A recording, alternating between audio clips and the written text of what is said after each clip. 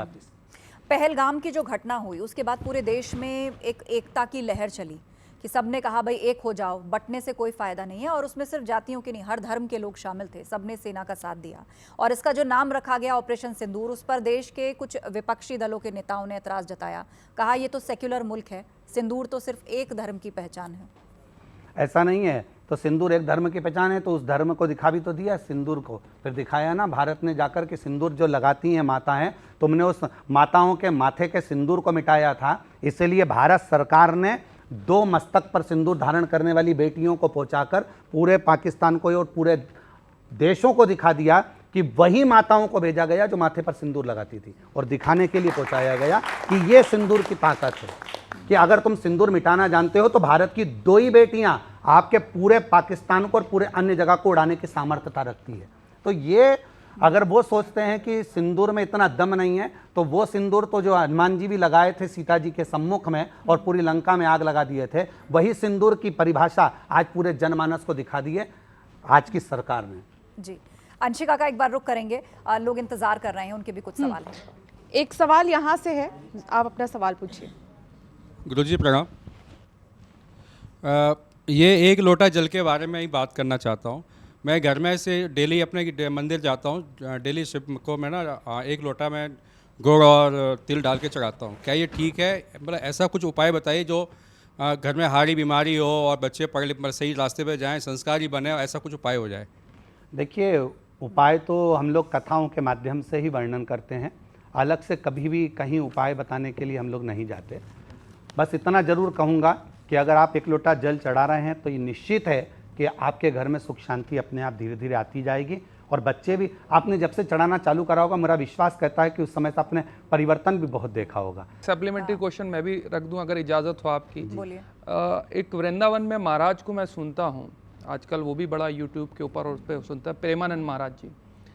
मैं उनकी बात को सुन रहा था और उन्होंने बाकायदा उसको पुरजोर तरीके से कहा कि जो बड़े बड़े महाराज हैं जो अपने उपाय बता रहे हैं, मेरी दोनों किडनियां फेल हैं, और कोई आए और ये कहे कि मेरे हाथ पे कोई कलावा बांध दे या कोई जंतुर बांध दे और कहे छू और हो जाओ, मैं पूरे विश्व के अंदर ऐसे लोगों को चैलेंज कर रहा हूँ जो लोग उपाय बताते हैं। और उन्होंने सरासर नकार दिया ऐसे उपायों को। अगर मैं देखूं बाकायदा उनकी चीजें, वो प्रेमानंद महाराज जी ने नकार दिया इस चीज को। और वो महाराज जी खुद कहते हैं कि मेरी दोनों किडनियां फेल हैं और बाकायदा उनकी डायलिसिस चलती, और करोड़ों लोग उनको सुनते हैं। लेकिन कभी राजनीति के ऊपर, कभी धर्म के ऊपर या कभी राजनीति शास्त्र के ऊपर मैंने उनकी वाणी से ऐसी कोई टिप्पणी नहीं सुनी जिसमें जो है समाज के अंदर लोग डिवाइड की बात करें, चीजें करें।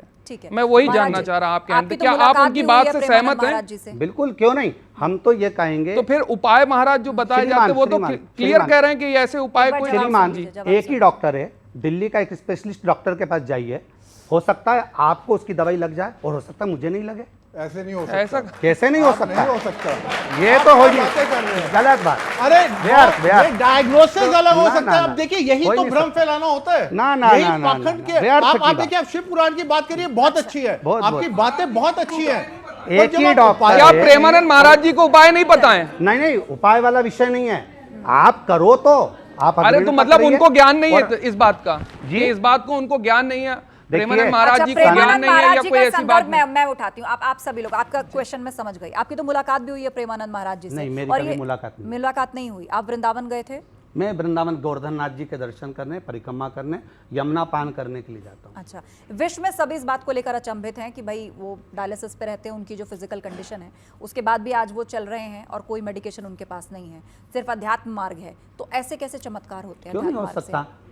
इसमें दिक्कत क्या है? आपकी भक्ति का बल जब जब बढ़ता है तो परमात्मा आपको संभालता है। कहते हैं कि वो विश्वास वाला एक क्रम हम लोग कथाओं में वर्णन करते हैं कि एक संत ने कहा कि जब कोई गिरता है तो उसको शिव संभालता है, भगवान संभालते हैं। एक व्यक्ति ने विचार करा कि जब इतनी बड़ी बात करे तो मैं गिर के ही देख लूं, तो वो कुएं के अंदर गिरने चले गया। फिर उसके मन में आया मैं गिर तो जाऊंगा, और अब भगवान संभालने नहीं आया, तो उसने पाँव में रस्सी बांध ली, रस्सी बांधकर घाट पे बांध लिया और कुएं में लटक गया। अब उसके मन में जब विश्वास था कि वो तू गिरेगा तो भगवान संभालेगा, पर उसका अविश्वास हो गया, उसने पाँव बांधा और कुएं में लटक गया। दूसरा व्यक्ति वहाँ से निकल रहा था, उसको आवाज़ आई कि कोई पड़ा हुआ है, उसने रस्सी को खींचना प्रारंभ करा।